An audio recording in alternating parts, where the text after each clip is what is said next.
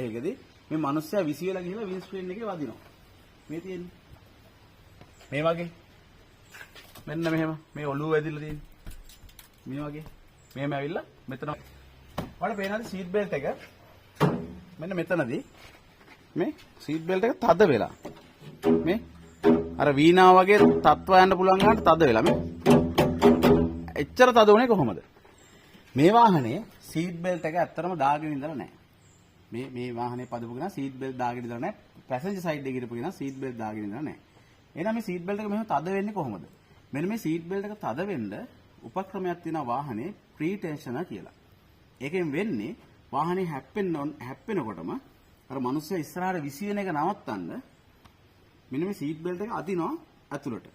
ඒකට තමයි මෙන්න මේ යුනිට් එක තියෙන්නේ. මම එහා පැත්තෙන් ඇවිල්ලා ටක් ගාලා පෙන්නන්නම් මේ යුනිට් එක.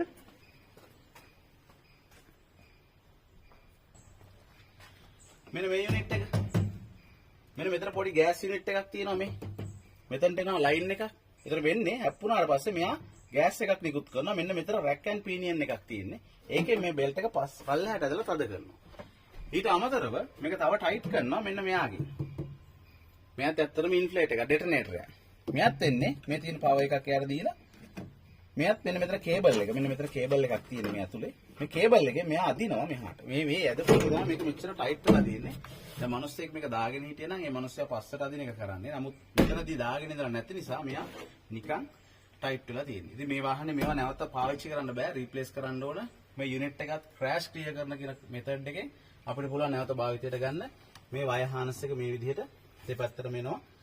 ඉතින් මේක තමයි සාමාන්‍ය වාහනයක ඇක්සිඩන්ට් එකක් වුණාට පස්සේ තියෙන සිටුේෂන් එක.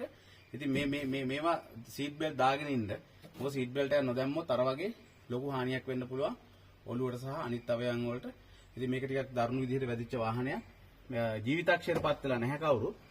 නමුත් ඒ වුණාට අපිට අතපය කඩා ගන්න නැතුව අනවශ්‍ය විදිහට තුවාල කරගන්න නැතුව මේ ආරක්ෂක උපක්‍රම දීලා තියෙද්දි අපි ඒවා අනිවාර්යෙන් පාවිච්චි කරන්න ඕන. මොකද මේවා දීලා මෙච්චර සංකීර්ණව මේ යුනිට් දාලා කම්ප්ලෙක්ස් විදිහට මේවා හදලා තියෙන්නේ මේවා පාවිච්චි කරන්න.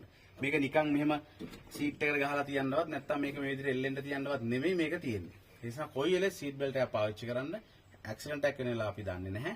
ඉතින් ඇක්සිඩන්ට් එකක් වුණොත් ඔයාගේ ජීවිතෙත් අනිත් අයගේ ජීවිතත් ආරක්ෂා කරගන්න